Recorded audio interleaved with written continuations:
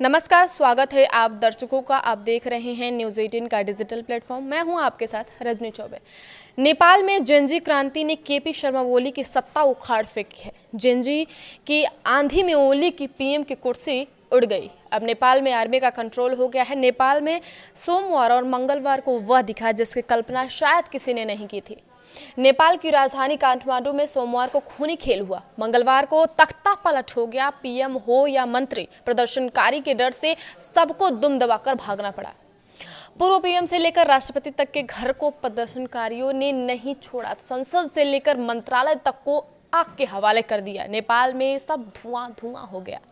Gen Z के प्रदर्शन ने ऐसा भयानक मोड़ लिया कि आनन फानन में पीएम केपी शर्मा ओली और राष्ट्रपति को अपने पद से इस्तीफा देना पड़ा। अब पूरे नेपाल पर सेना का नियंत्रण है। अभी लोगों का गुस्सा शांत नहीं हुआ है। अब सवाल है कि आखिर नेपाल का आगे क्या होगा। क्या हमेशा के लिए सेना का कंट्रोल रहेगा या कोई नई सरकार बनेगी? चलिए हम आपको 10 पॉइंट्स में नेपाल के पूरे बवाल, हिंसा के बारे में समझाते हैं और हम आपको ये भी बताएंगे कि क्या सिर्फ जेनजी इस हिंसक प्रदर्शन की जिम्मेदार है या कोई और तीसरा है। इस पूरे हिंसा के पीछे किसका हाथ है? तो सबसे पहले हम समझते हैं पॉइंट्स में। तो पहला नंबर है, नेपाल में जनरेशन जेड के हुंकार ने राजनीतिक भूचाल ला दिया है। सोशल मीडिया बैन से शुरू हुआ विरोध प्रदर्शन भ्रष्टाचार और बेरोजगारी के खिलाफ बड़े आंदोलन में बदल गया। इसके चलते प्रधानमंत्री केपी शर्मा ओली को इस्तीफा देना पड़ा। अब सेना की तैनाती के साथ देश में अनिश्चितता का माहौल है।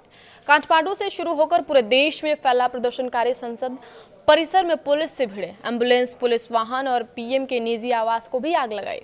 दूसरा, नेपाल के प्रधानमंत्री केपी शर्मा ओली ने मंगलवार को अपना पद से इस्तीफा दे दिया है। पीएम ओली ने हिंसक प्रदर्शन के बीच पद छोड़ा है। सोमवार से जेनजी प्रदर्शनकारी और विपक्षी नेता उनके इस्तीफे की मांग कर रहे थे। ओली 1 साल और 2 महीने ही पद पर रह सके। वे 15 जुलाई 2024 को तीसरी बार पीएम बने थे। ओली ने कुर्सी तब छोड़ी जब प्रदर्शनकारियों ने संसद भवन, नेताओं के आवासों सहित कई महत्वपूर्ण दफ्तरों में तोड़फोड़ की और अन्य शहरों में भी विरोध प्रदर्शन हुए। सोमवार को जेनजी के विरोध प्रदर्शन पर कार्रवाई के बाद प्रदर्शनकारी उग्र हो गए थे। तीसरा, सोशल मीडिया बैन के खिलाफ जेनजी ने सोमवार को बड़ा प्रदर्शन किया। सोशल मीडिया बैन भ्रष्टाचार और व्यवस्थागत विफलताओं को समाप्त करने की मांग कर रहे प्रदर्शनकारियों पर पुलिस ने गोलियां चलाई। सोमवार को इस गोलीबारी में छात्रों सहित करीब 20 प्रदर्शनकारी मारे गए थे और 400 से ज्यादा घायल हो गए थे।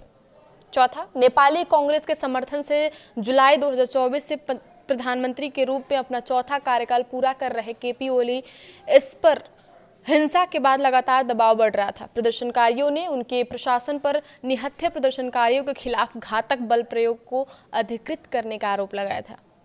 5वां पॉइंट है, अपनी मुखर शैली और राष्ट्रवादी नीतियों के लिए जाने जाने वाले ओली स्थिरता और समृद्धि के वादों के साथ सत्ता में आए थे, लेकिन बढ़ती अशांति के आरोपों के बीच सत्ता छोड़ दी। इनसे पहले देश के गृह मंत्री और कृषि मंत्री ने इस्तीफा सौंप दिया था। इसके बाद तो नेपाल में मंत्रियों के इस्तीफे की झड़ियां लग गई थी।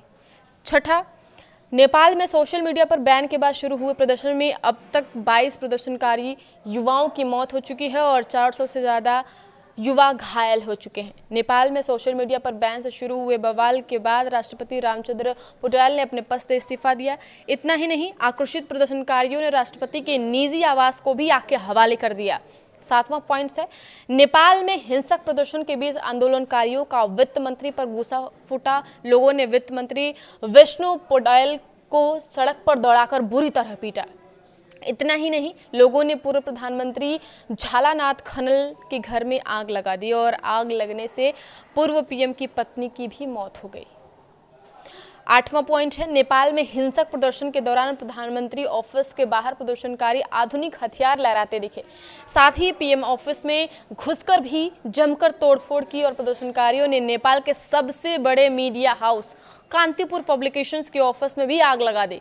सूत्रों के मुताबिक नेपाल के पीएम केपी शर्मा ओली को सेफ हाउस में रखा गया है। अभी वह देश को छोड़कर भागे नहीं है, हालांकि उनका ठिकाना बहुत सीक्रेट है। 9वां पॉइंट है, नेपाल के लिए आज का दिन काफी अहम है। नेपाल के राष्ट्रपति, आर्मी चीफ और पुलिस चीफ की आज एक अहम बैठक हो सकती है। इसमें मौजूदा हालात को कैसे कंट्रोल किया जाए और प्रदर्शनकारियों से बातचीत का खाका कैसे तैयार किया जाए, इस पर बातचीत होगी। 10वां और आखिरी पॉइंट्स इस पूरे हिंसा की। इस महत्वपूर्ण बैठक के बाद ये उम्मीद जताई जा रही है कि आंदोलन के मुख्य चेहरों से बातचीत के बाद काठमांडू के हालात कुछ ठीक हो सकते हैं। राष्ट्रपति रामचंद्र पौडेल ने संवाद का आह्वान किया है। माना जा रहा है कि नेपाल में अंतरिम सरकार बन सकती है और इसमें जेएनजी को शामिल किया जा सकता है। काठमांडू मेयर बालेन शाह नए नेता के रूप में उभर रहे हैं। माना जा रहा है कि बालेन शाह को अंतरिम सरकार की कमान मिल सकती है। हालांकि नेपाल में अस्थिरता बनी रहेगी। अब नए चेहरे से चुनाव होगा या नई अंतरिम सरकार बनेगी, आज पता चल जाएगा। इस खबर में अपडेट के लिए आप देखते रहिए न्यूज़ 18 का डिजिटल प्लेटफॉर्म। धन्यवाद।